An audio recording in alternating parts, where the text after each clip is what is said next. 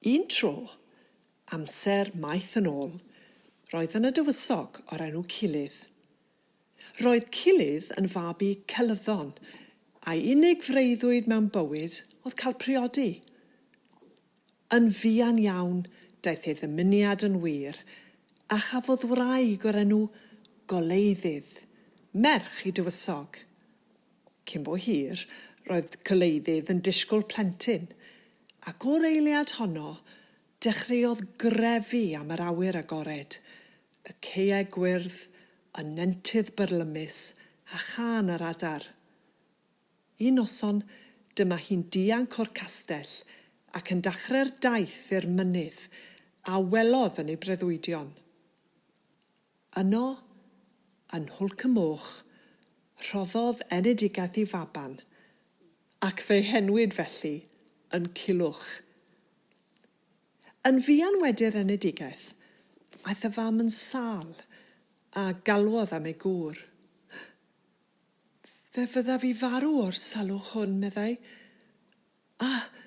Bydd rhaid i ti ddewis gwraig arall, ond wy'n gofyn i ti beidio gwneud hyn nes i ti weld rhosyn gwyllt a 2 flodyn arno yn tyfu ar fy medd. Bu farw Goleiddydd, ac anfonwyd Culwch i'w feithi. Gwnaeth y tywysog Culydd yn union fel y gofynodd ei wraig, ac aeth 7 mlynedd hir heibio. Un dydd, ac yn tai mas yn marchogaeth heibio bedd ei wraig, sylwodd ar rosyn gwyllt yn tyfu yno, gyda 2 flodyn hardd arno. Credodd fod hyn yn arwydd, ac aeth i hwylo am wraig newydd, a'i phriodi'n fuan wedyn. Un diwrnod, pan oedd ei wraig yn cerdded drwy ei thref newydd, daeth at dŷ hen wrach a drigau yn y dref. Hen wraig oedd, yn ôl y sôn, yn gallu gweld y dyfodol. Credai'r rhai bod ganddi bwerau hyd y lledrith. Credai eraill ei bod yn gwybod sut i greu stori dda mwyn arian. Hen wraig, dwedwch wrtha i, crefa'r wraig arni, lle mae plant y gŵr a briodas? Cwestiwn diddorol. Wy'n dechrau gweld yr ateb. Does da fe ddim plant, medde'r hen wrach. Oes, mae da fe blant, clywodd y cymydog drws nesaf sgwrs rhyngddynt, a gwthio i ben dros y ffens. A da fe fab, ti'n gofio? Hwngog gafodd ei eni yn Hwlc y Moch. Edrychai'r hen wrach yn gandryll, gan iddi gael ei dal. A deiwch i fi. Nid yw fy ngolwg cystal ag y bu. Rwy'n dechrau gweld eto. Mae ganddo un mab. A pech y becso, fe fyddwch chi'n rhoi y tifedd arall i'ch gŵr. Diolchodd y wraig iddi, a cherdded nôl i'r castell. Roedd wrth ei bodd o gael y newyddion yma. Gallai ei llusfa briodi ei merch. Dyna fydde priodas lwcus. Cyn gyntad ag y gwelodd y gŵr, gofynodd iddo, Fanwylid, pam wyt ti wedi cuddio dy fab oddi wrthyf? Roedd y brenin wedi cael sioc. Wna i ddim o hyn allan, meddai, ac anfonodd am Culwch a deithbwyd ag ef i'r castell. Edrychodd y wraig ar ei llusfab newydd. Edrychodd Culwch ar ei llusfam newydd. Byddai'n beth da i ti gael gwraig, ac mae gen i ferch. Gallwch briod eich gilydd. Ond Dwi ddim mewn odran i briodi, atebodd Culwch yn ansicr. Gwnaeth yr ymateb hwn i'r lusfam newydd gwylltio a chywilyddion fawr. Ffrwydrodd yn ddig a rhoi melltith ar Culwch.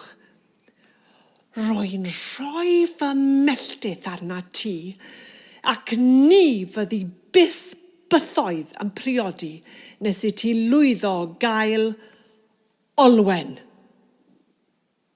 Gwridodd Culwch. Nid oedd ei eriod wedi gweld na chlywed am yr olwen yma, ond roedd wedi clywed ei henw'n cael ei ynganu'n uchel yn teimlo fel rhyw ffawd. Ond pwy yw olwen, gofynnodd Culwch.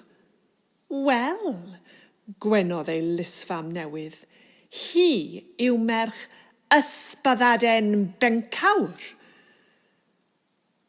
Llyncodd Culwch yn galed, a bu bron iddo lywygu. Gan y gwyddau mai Ysbyddaden Bencawr oedd pennaeth y cewri. Trigau mewn castell oedd yn amhosib ei gyrraedd. Castell adeiladwyd ar y creigiau, ac roedd yn arweinydd creulon a milain. Byddai'n sicr o wneud popeth posib rhag rhyddhau ei ferch. Gadawodd Culwch ar y stafell, a chrwydrodd drwy'r castell yn bryderus dros ben. Clywodd ei dad am ei ofid, a'i alw ato i'w ystafell. Fy mab, beth yw'r byd sydd o'i le? Mae fy llysfam wedi rhoi melltith arno fa ni chafydd wraig hyd nes i mi gael gafel ar ferch Ysbyddaden Bencawr. Dyna beth yw her a hanner. Nid oes amheuaeth na fydd hyn yn dipyn o frwydr. Petait ar dy ben dy hun. Ond cofia fy mab, pwy yw dy gefnder? Mae ef wedi wynebu brwydrau fel hyn o'r blaen ac wedi ennill ddegau o weithau.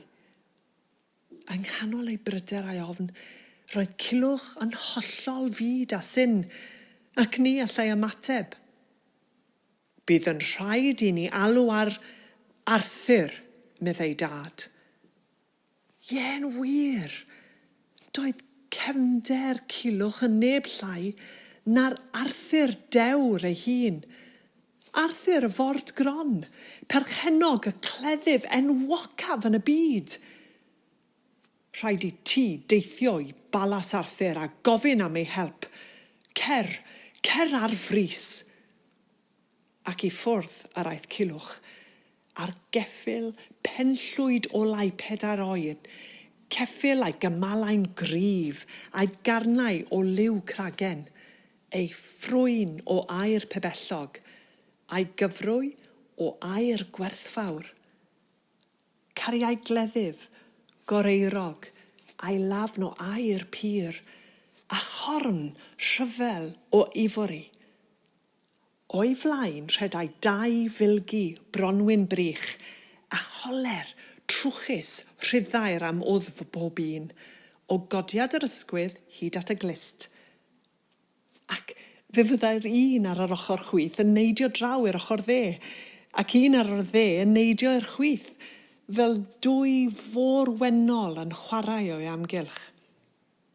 Ac roedd ei esgidiau air a'i wartholion o'i benglin hyd at ei flaen ei fus troed yn werth 300 o wartheg. Roedd ei esgidiau air a'i wartholion o'i benglin hyd at flaen ei fus troed yn werth 300 o wartheg. Ac ni fflygodd blaen yr un glaswelltyn, gan fod camer march mor ysgafn wrth iddio deithio tuag at borth Llys Arthur.